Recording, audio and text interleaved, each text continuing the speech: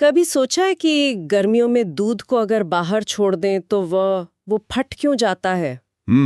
या मान लीजिए लोहे की कील को नमी में छोड़ दें तो उस पर धीरे धीरे जंग की एक परत क्यों चढ़ जाती है? ये तो रोज की बातें हैं। हाँ, अंगूर का किण्वन हो या खाना पकाना या फिर हमारे शरीर में भोजन का पचना, ये सब प्रक्रियाएं सिर्फ चीजों का बदलना नहीं है। ये बहुत अच्छी बात कही आपने। हमें पता कैसे चलता है कि ये ऊर्जा का नृत्य, मतलब कोई रासायनिक अभिक्रिया हो भी रही है या नहीं? इसके संकेत क्या है? देखिए, प्रकृति हमें कुछ बहुत साफ सुराग देती है। हमारे स्रोतों के आधार पर हम 4 मुख्य संकेतों की बात कर सकते हैं। 4 संकेत, ठीक है। पहला, पदार्थ की अवस्था बदल सकती है, मतलब ठोस से द्रव या गैस बन सकता है। दूसरा, उसका रंग बदल सकता है। रंग में बदलाव, ठीक है। तीसरा, कोई नई गैस निकल सकती है जैसे बुलबुलों के रूप में। और चौथा, जो शायद सबसे जरूरी है, तापमान बदल सकता है। चीजें या तो गर्म हो सकती हैं या ठंडी। तापमान का बदलना तो ये तो सीधा सीधा ऊर्जा के लेन देन से जुड़ा है। बिल्कुल। स्रोतों में एक बड़ा ही नाटकीय उदाहरण है मैग्नीशियम रिबन को जलाने का। बताया गया है कि जब इसे जलाते हैं तो ये चकाचौंध कर देने वाली सफेद लौ के साथ जलता है। हाँ, बिल्कुल। वो चमकदार रोशनी और वो गर्मी दोनों ही ऊर्जा के निकलने का सबूत है। अच्छा। यहाँ मैग्नीशियम हवा की ऑक्सीजन के साथ मिलकर एक बिल्कुल नया पदार्थ बना रहा है, मैग्नीशियम ऑक्साइड, जो एक सफेद पाउडर जैसा होता है। तो यहाँ अवस्था भी बदली और जबरदस्त तरीके से ऊर्जा भी निकली। मतलब ये एक साफ संकेत है। एक बिल्कुल साफ संकेत कि एक रासायनिक अभिक्रिया हुई है। ठीक है, तो हमने संकेतों से पहचान लिया कि अभिक्रिया हो रही है, लेकिन हर बार ये कहना कि जब मैग्नीशियम को ऑक्सीजन की मौजूदगी में जलाया जाता है, ये तो बहुत लंबा और व्यवहारिक है। हाँ, बहुत लंबा हो जाता है। वैज्ञानिक इसे संक्षिप्त में कैसे लिखते हैं? यहीं पर रासायनिक समीकरण काम आते हैं। ये इन अभिक्रियाओं का शॉर्ट हैंड है एक तरह से। Short hand? हाँ, हम शब्दों की जगह पदार्थों के रासायनिक सूत्रों का इस्तेमाल करते हैं। जैसे वो मैग्नीशियम वाले उदाहरण के लिए हम लिखते हैं Mg+O2 MgO। ये तो बहुत साफ सुथरा है। तीर के बाईं ओर वो चीजें जो हिस्सा ले रही हैं, जिन्हें अभिकारक कहते हैं, रिएक्टेंट्स, और दाईं ओर वो जो बन रही हैं, उत्पाद या प्रोडक्ट्स। द्रव्यमान के संरक्षण का नियम, law of conservation of mass. बिल्कुल। ये नियम कहता है कि आप किसी अभिक्रिया में परमाणुओं को बना या मिटा नहीं सकते। जितने परमाणु लेकर आपने शुरू किया था, उतने ही अंत में भी होने चाहिए, भले ही उनकी जमावट बदल गई हो। मतलब हमें समीकरण को बैलेंस या संतुलित करना होगा। एग्जैक्टली। स्रोतों में इसके लिए हिट एंड ट्रायल विधि बताई गई है और एक थोड़ा जटिल उदाहरण भी है। लोहे और पानी की भाप का Fe+H2O टेंड्स टू Fe3O4+H2। इसे देखकर तो लगता है कि ये कोई पहेली है। और ये एक पहेली की तरह ही है। इसे चरण दर चरण गिनने के बजाय इसका सिद्धांत समझिए। हम समीकरण को देखते हैं और पाते हैं कि परमाणु बराबर नहीं है। दाईं ओर उत्पाद में लोहे के 3 परमाणु हैं, Fe3, और ऑक्सीजन के 4 हैं, O4।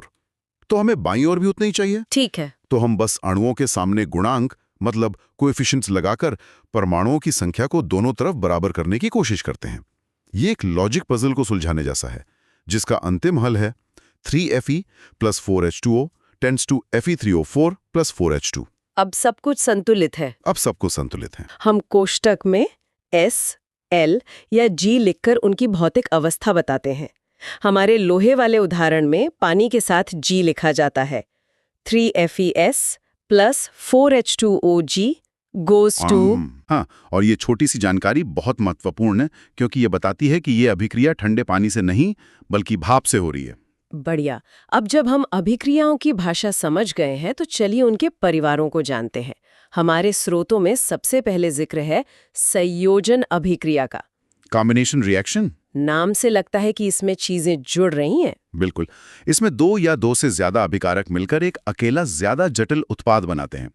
जैसे A और B मिलकर C बनाते हैं। ठीक है।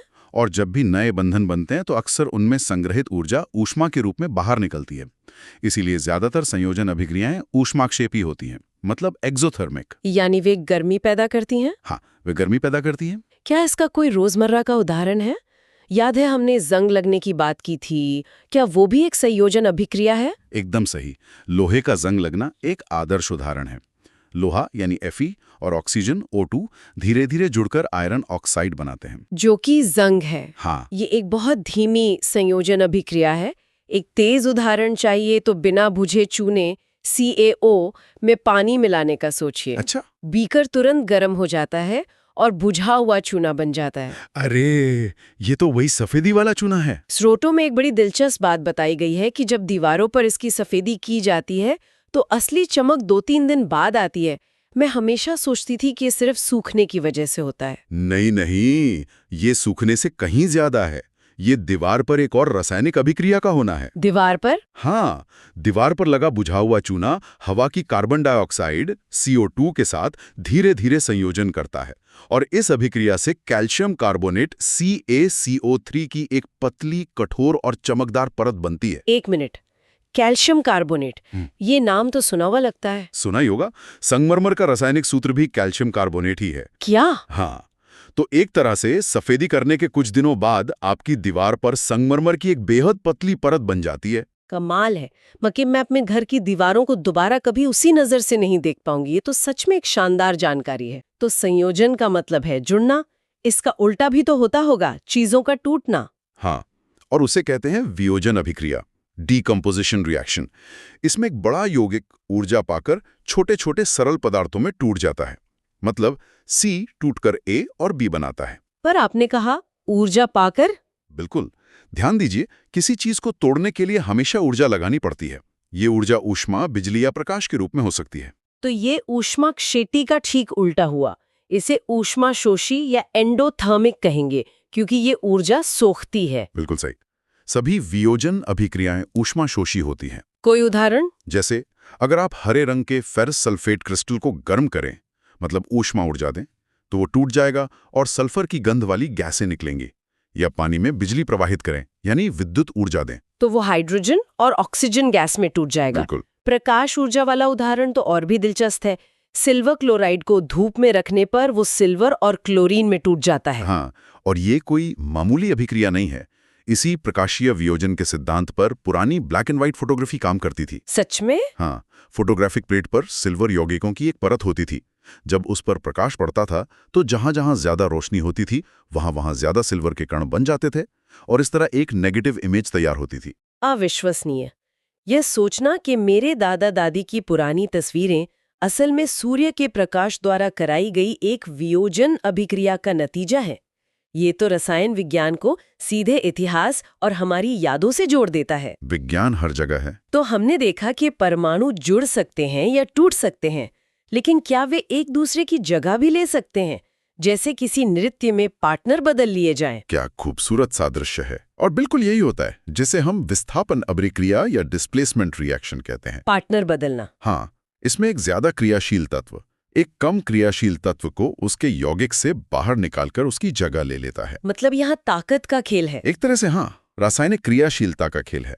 इसका क्लासिक उदाहरण है जब आप कॉपर सल्फेट के नीले घोल में एक लोहे की कील डालते हैं। अच्छा, मैंने ये प्रयोग देखा है। लोहा कॉपर से ज्यादा क्रियाशील है, तो वह कॉपर को धक्का देकर बाहर निकाल देता है और खुद सल्फेट के साथ जुड़कर आयरन सल्फेट बना लेता है। और नतीजा? नतीजा ये कि घोल का नीला रंग हल्का पड़ जाता है और कील पर बेचारे विस्थापित हुए कॉपर की भूरी परत जम जाती है। वाह! अब आते हैं उपचयन और अपचयन। Oxidation and reduction. हाँ। इसे रिडॉक्स अभिक्रिया भी कहते हैं और ये शायद सबसे मौलिक प्रकार की अभिक्रिया है। सरल शब्दों में उपचयन का मतलब है किसी पदार्थ में ऑक्सीजन का जुड़ना। ऑक्सीजन का जुड़ना, ठीक है। और अपचयन इसका उल्टा है, यानी ऑक्सीजन का हटना। और ये हमेशा साथ साथ होते हैं ना? हाँ, ये इसकी खास बात है। ये एक ही सिक्के के दो पहलू हैं। अगर कोई एक पदार्थ ऑक्सीजन खो रहा है, मतलब उसका अपचयन हो रहा है, तो कोई दूसरा उसे हासिल भी कर रहा होगा, उसका उपचयन हो रहा होगा। बिल्कुल, वे हमेशा एक साथ होते हैं। जैसे अगर आप कॉपर पाउडर को गर्म करें तो वो हवा से ऑक्सीजन लेकर काला कॉपर ऑक्साइड बन जाता है। ये कॉपर का उपचयन है। ठीक है। अब अगर आप इस काले पदार्थ पर हाइड्रोजन गैस प्रवाहित करें तो हाइड्रोजन उस ऑक्सीजन को छीनकर पानी बना लेगा और कॉपर वापस अपने भूरे रंग में आ जाएगा। तो ये कॉपर ऑक्साइड का अपचयन हो गया। हाँ, और उसी समय हाइड्रोजन का उपचयन हो गया क्योंकि उसे ऑक्सीजन मिल गई। समझ गई। चलिए अब इस सारी बातचीत को समेटते हुए उन चीजों पर वापस आते हैं जिनसे हमने शुरुआत की थी, रोजमर्रा की जिंदगी में उपचयन के प्रभाव। दो सबसे आम प्रभाव हैं संक्षारण और विकृत गंधिता।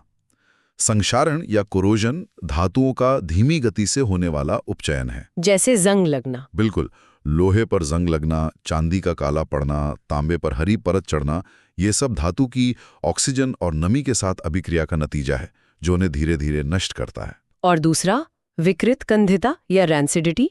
ये तेल या वसा वाले खाद्य पदार्थों से जुड़ा है। हाँ, जब चिप्स या नमकीन जैसे खाद्य पदार्थ हवा के संपर्क में आते हैं तो उनमें मौजूद तेल और वसा का उपचयन हो जाता है। अच्छा, इसी वजह से उनका स्वाद और गंध खराब हो जाते हैं, जिसे हम आम भाषा में सीलन कहते हैं। अच्छा, तो चिप्स के पैकेट में जो हवा भरी होती है वो इसी से बचाने के लिए होती है। मुझे हमेशा लगता था कि ये सिर्फ पैकेट को बड़ा दिखाने का एक तरीका है। हाँ, वो भी एक वजह हो सकती है, लेकिन वैज्ञानिक कारण ज्यादा महत्वपूर्ण है। चिप्स बनाने वाले पैकेट से ऑक्सीजन को निकालकर उसमें नाइट्रोजन भर देते हैं। नाइट्रोजन क्यों? नाइट्रोजन एक अक्रिय गैस है। वो आसानी से अभिक्रिया नहीं करती, तो वो उपचयन को रोकती है, जिससे चिप्स ताजे और कुरकुरे बने रहते हैं। तो ये सिर्फ एक मार्केटिंग चाल नहीं है, ये जानना तो राहत की बात है। बिल्कुल।